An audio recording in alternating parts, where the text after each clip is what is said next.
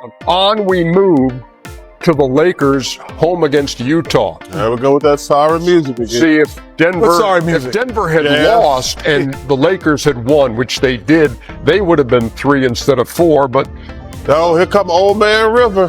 Throw it down. No, you don't have to. Just lay him. Come on, man. His Dunkin' days are over. Oh, you tripping. His Dunkin' days I over. can't joke now. It ain't over. DeAndre Ayton up top. He's got more fast break points than anybody in the league. 22 and 10 for he ain't gonna dunk it there. Oh, told you. During the broadcast, Charles Barkley delivered what sounded like a light-hearted comment, but it carried a much heavier undertone than expected. While reacting to the Los Angeles Lakers game, he subtly suggested that around the NBA, people tend to watch their words whenever Bronny James comes up in conversation. In the NBA, you have to pretend that Bronny's an NBA player. The message he sent was unmistakable. Taking shots at Bronny James in public isn't just criticism, it invites a level of pressure most people would rather avoid, especially when it risks friction with LeBron James.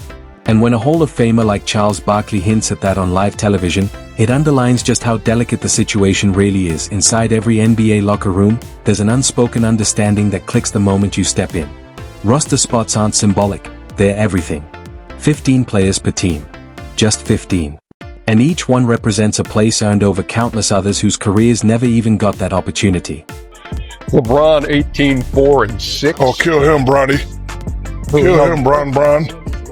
Bron's on the bench right now. No, Bron played tonight. Little Bron. Yeah.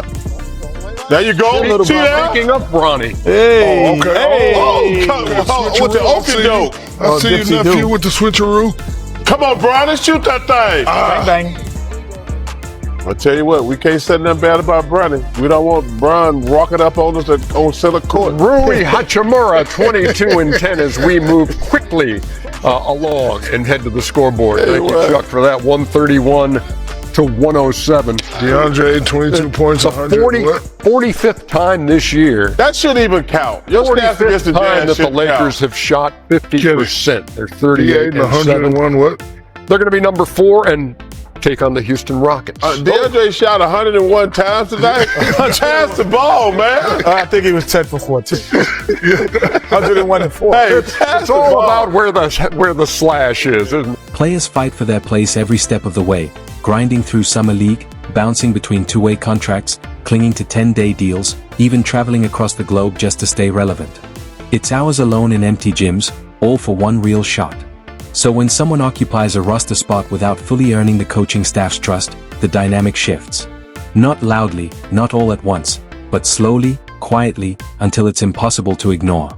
The tension lingers, and sooner or later, everyone in that locker room feels it. That's the kind of situation the Los Angeles Lakers appear to be navigating right now with Bronny James. In the NBA, you have to pretend that Bronny's an NBA player, because otherwise you'll upset the king. And remember, he is a 6'2" guard that's a non-point guard. I've never seen that existing in the current NBA. And go back 20 years. He is 1 for 16 in the NBA from the floor, 0 for 7 on threes. He's not an NBA player. He was not a great high school player. He was a good high school player. He wasn't a good college player. He was a college player. He's not an NBA player. And he may be a great kid. I'm sure he is. LeBron's a nice guy. I've met him. Can we stop pretending on this? I just looked it up. League top scorers, points per game. I went through 50 and there's no Bronny James in there. He had 140-point game. Other games were 1. So now you do the math, and it's not going to be in the top 50. I don't even know who is this. Bryce McGowan, Elijah Harkles, Trey Alexander, DJ Davidson. Never heard of these kids. But they're dropping 30 a night in G League. Why is Bronny sitting on the bench? And this is the thing with Steven. On paper, Bronny James checks all the obvious boxes. He's officially in the league, contract secured, wearing the purple and gold, right there on the bench every night for the Los Angeles Lakers. But when the team actually needed help, when Luka Doncic and Gabe Vincent were unavailable, when Austin Reeves wasn't fully ready, when the guard rotation was thin and the game still mattered, his name never got called. Instead, JJ Redick made a choice that said more than any press conference ever could. He handed the start to Nick Smith Jr. Let that sink in for a moment, a guard who had already been waived by Charlotte Hornets before even finishing his rookie deal. Bronny James, he's 7 for 28 in 4 preseason games from the field. He's 2 for 13, I believe, from three-point range. He's got 8 assists and 8 turnovers. He's moving into year 2. This guy is not an NBA player. A player known for inconsistency, defensive question marks, and an uncertain future. The Los Angeles Lakers brought Nick Smith Jr. in quietly on a 2-way deal. No noise, no hype, no expectations. And when the moment came to choose who they trusted in a real NBA situation, they turned to him over Bronny James. This wasn't about Smith suddenly becoming a star. It was about trust, who the coaching staff believed could step in, execute, and hold up when the game actually mattered. Last night came in, 3 turnovers, 0 for 5, looked terrified, nervous, and the Sixers, you can't fool players, went right after him. This continues to be an unserious... This wasn't about potential or long-term projection. It was about who the coaching staff believes can help right now. And that gap says everything.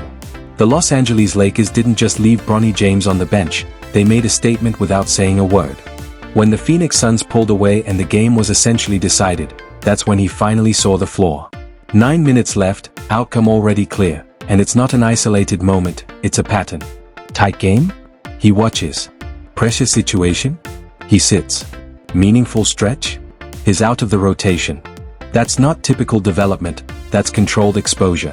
Since early November, he hasn't logged more than 10 meaningful NBA minutes.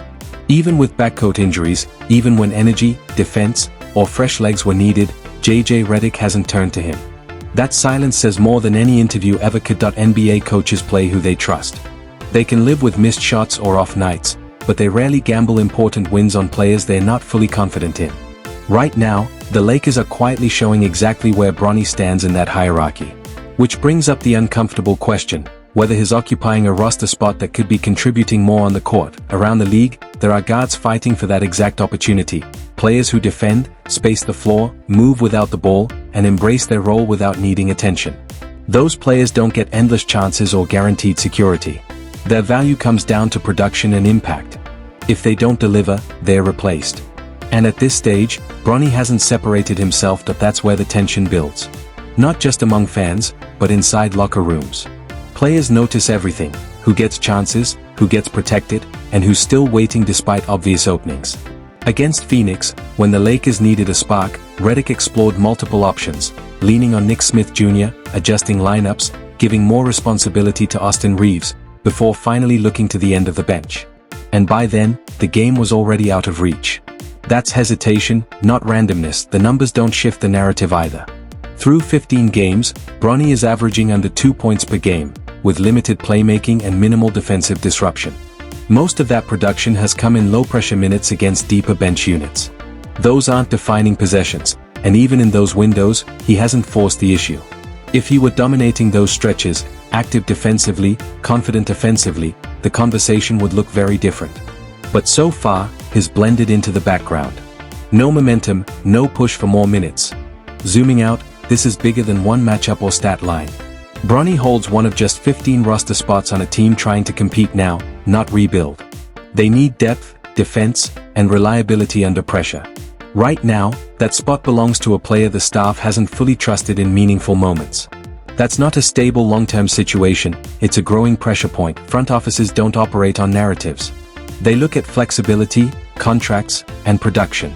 As the trade deadline approaches, every roster spot becomes either an asset or a complication.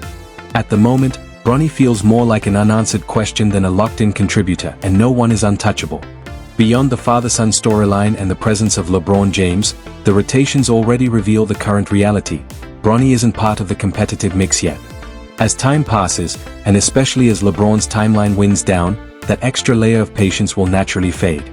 Eventually, the standard becomes the same for everyone: produce or lose your place. None of this means he can't grow into a real NBA player. Development takes time, especially for guards. But growth requires opportunity, and opportunity follows trust. Right now, that trust hasn't fully formed. He's stuck in one of the toughest positions in basketball, officially on the roster, but not truly in the rotation, and that's the reality many don't say out loud. Across the G League, overseas leagues, and free agency, there are players ready to contribute immediately. Defenders, energy guards, reliable shooters. These are the pieces teams rely on when every possession matters. They don't get patience, they earn their place instantly or lose it. So when one of those 15 spots is tied to a player not yet trusted in real minutes, it sends a message. Not emotional, professional. The NBA is too competitive for anything else. Every decision echoes through the locker room and across the league. And right now, the message from Los Angeles is clear. The Lakers haven't fully trusted Bronny James in winning moments. Until that changes, the conversation won't go away.